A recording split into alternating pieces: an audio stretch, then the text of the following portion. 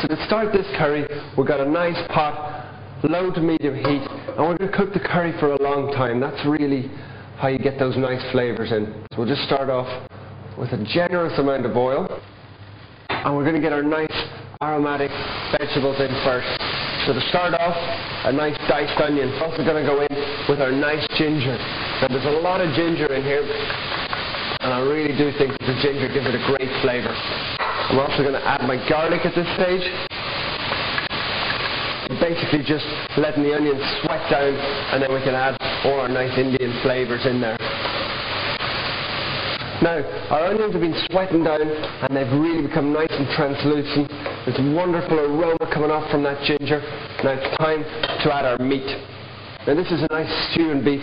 The reason we're using that is because we're going to cook the curry over a couple of hours nice and slowly. There's loads of flavour in there, and it'll tenderise just like a stew would by the time it's finished cooking. Turn the heat up ever so slightly. We're now working on a medium flame so as we can get some nice colour onto that beef. That should take about 3 or 4 minutes to brown up, and once it's nice and brown, we'll start to add in all those great spices and flavourings. So you can see that that beef's taken on some great colour now. So the first thing that I'm going to add in is my curry powder. Now a big mistake that a lot of people make when they're making curries is they don't cook the spices out enough. They just put them in, they throw their liquid in there, and they expect to have a nice tasting curry. These spices really need to be drawn out, and you do that at this stage by cooking them quite intensely. So I've got the turmeric in there, in goes my cumin, some garam masala, and just finish it off with some red chilies.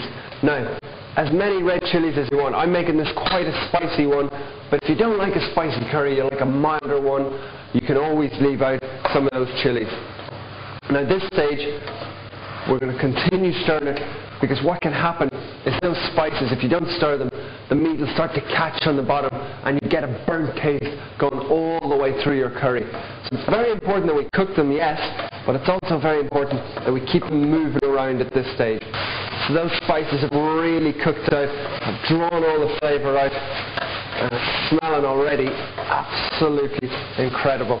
Now, the next thing that I'm going to add is my flour.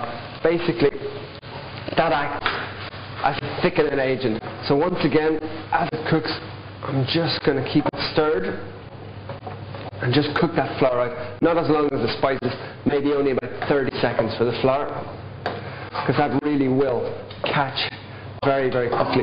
Now if you look at the bottom of my pan, you can see that nothing has stuck there. A big mistake people make is they really let it stick. The reason it hasn't stuck is because we've kept it moving all the time. So that flour is cooked out nicely. The next thing that's going in is our nice tin of chopped tomatoes. I'm going to turn my heat right down because we've finished searing off the meat, and we just want the minimal heat because we're really going to cook this very, very slowly now. So in with the tomatoes goes my nice chicken stock, and just mix that up, making sure all the flour is evenly distributed throughout that sauce. Next thing I have are some nice fresh tomatoes.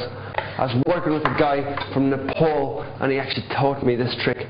Basically, we're just scooping out the middle of the tomato. At any stage during this curry, if it starts to look maybe a little bit too thick, you can always add a little bit more chicken stock or even just some plain water. What's most important is that we've put it on there on the really low heat. All the flavours are in there. We've cooked the spices out. Now all we have to do is tenderise that meat, and we're going to let it simmer for about 2 hours. That curry has been simmering away now for about 1 hour and 20 minutes, and it's just filled the whole place full of incredible curry smells. Everybody's coming in and asking when it's ready.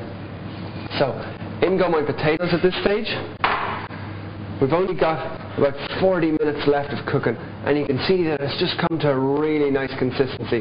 If you're worried that it's too thick, a little bit more stock, a little bit more water, just thin it out a bit. And by the time that finishes, in about 40 minutes, those potatoes will be nice and soft. They'll have the tiniest little bite, the meat will be lovely and tender, and the sauce will be bursting full of flavour. The only thing we'll do then is add a nice little bit of coriander, and then we'll be able to serve it with some lovely rice.